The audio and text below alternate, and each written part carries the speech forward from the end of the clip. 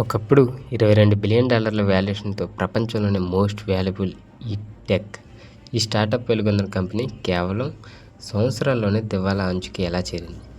భారతదేశంలో లక్షలాది మంది విద్యార్థులకు డిజిటల్ చదువును పరిచయం చేసిన బైజూస్ నేడు కోట్లు అప్పులో ఇరుక్కుపోవడానికి అసలు కారణాలేమిటి?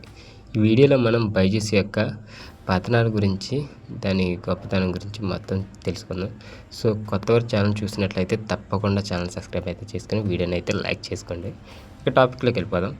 ఈ కథ మొదలైంది 2011లో బైజూ రవీంద్రన్.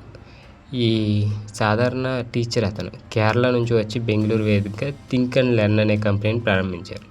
2015లో వాళ్ళు తెచ్చిన బైజూస్ ద లెర్నింగ్ యాప్ భారతదేశంలోని విద్యారంగాన్ని ఒక కుదుపు కుదిపింది.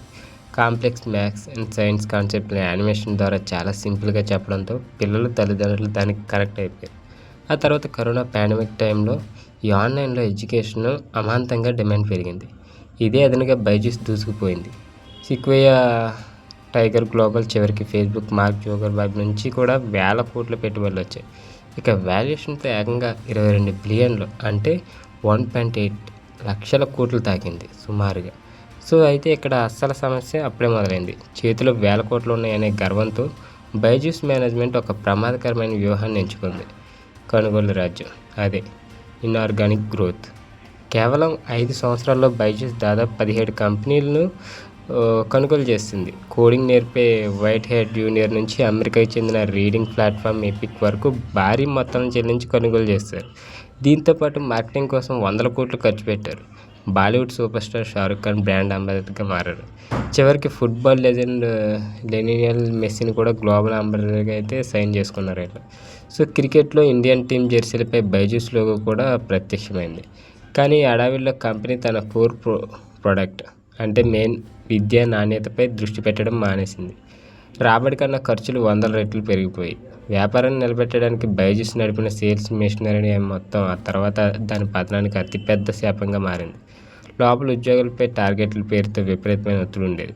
రోజుకి 12 నుంచి 14 గంటలు పని చేయాలని, సిక్ లీవ్లో ఉన్నా సరే టార్గెట్లు పూర్తి చేయాలని అయితే ఉద్యోగులను అయితే మానసికంగా వేధించినట్లు ఆరోపణలు వచ్చాయి. మరోవైపు మధ్యతరగతి తల్లిదండ్రులను టార్గెట్ చేస్తూ మీ పిల్లల భవిష్యత్తు పాడైపోతుందని భయపెట్టి బలవంతంగా వేల రూపాయల కోర్సులు అంటగట్టారు. డబ్బులు లేని వాళ్ళతో బలవంతంగా లోన్లు కట్టించి మోసపూరిత సేల్స్ టెక్నిక్స్ వాడారనే తీవ్రమైన విమర్శలు కూడా ఎదుర్కొంది. దీనివల్ల మార్కెట్లో కంపెనీపై ఉన్న నమ్మకం పూర్తిగా ఆవిరైపోయింది. సో పాండమిక్ తగ్గాక పిల్లలు మళ్ళీ స్కూల్కి వెళ్ళడం మొదలుపెట్టారు. బైజూస్ ఆన్లైన్ కోర్సుల అమ్మకాలు దారుణంగా పడిపోయాయి. అప్పుడే అసలు లెక్కలు బయటపడ్డాయి. సో 1 సంవత్సరంలో కంపెనీ నష్టాలు వేల కోట్లు చేరాయి. లెక్కలు సరిగ్గా చూపలేదని ఆడిటర్స్ మధ్యలో వైదొలిగారు.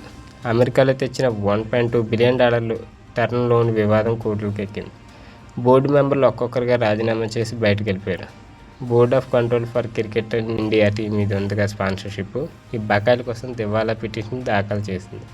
ఒకప్పుడు 1.8 లక్షల కోట్ల విలువైన సామ్రాజ్యాన్ని కాస్త చివరికి ఉద్యోగులకు ఈ జీతాలు ఇవ్వడానికి కూడా వ్యవస్థాపకుడు తన సొంత ఇళ్లను కూడా అమ్ముకోవాల్సిన దుస్థితికి అయితే చేరుకున్నారు. సో ఇక బైజూస్ పతనం కేవలం ఒక కంపెనీ ఫెయిల్యూర్ మాత్రమే కాదు, ఇది స్టార్టప్ ప్రపంచానికి ఒక పెద్ద హెచ్చరిక. కేవలం వాల్యుయేషన్లతో కోసం పాకులాడుతూ కస్టమర్ల నమ్మకాన్ని అయితే కోల్పోతూ ఎంత పెద్ద సామ్రాజ్యమైనా సరే క్షణాల్లో కుప్పకూలుతుంది. ఈ అనడానికి కూడా మనకి బైజూస్ ఒక చరిత్ర ఈజీగా అర్థమైపోద్ది. ఈ కేస్ స్టడీ గురించి మీరు నేర్చుకున్న బాట ఏమిటి కింద కామెంట్ తెలపండి. సో వీడియో నచ్చితే తప్పకుండా లైక్ చేయండి. సో ఇలాంటి ఇంట్రెస్టింగ్ వీడియోస్ కోసం మన ఛానల్ తప్పకుండా సబ్స్క్రైబ్ అయితే చేసుకోండి.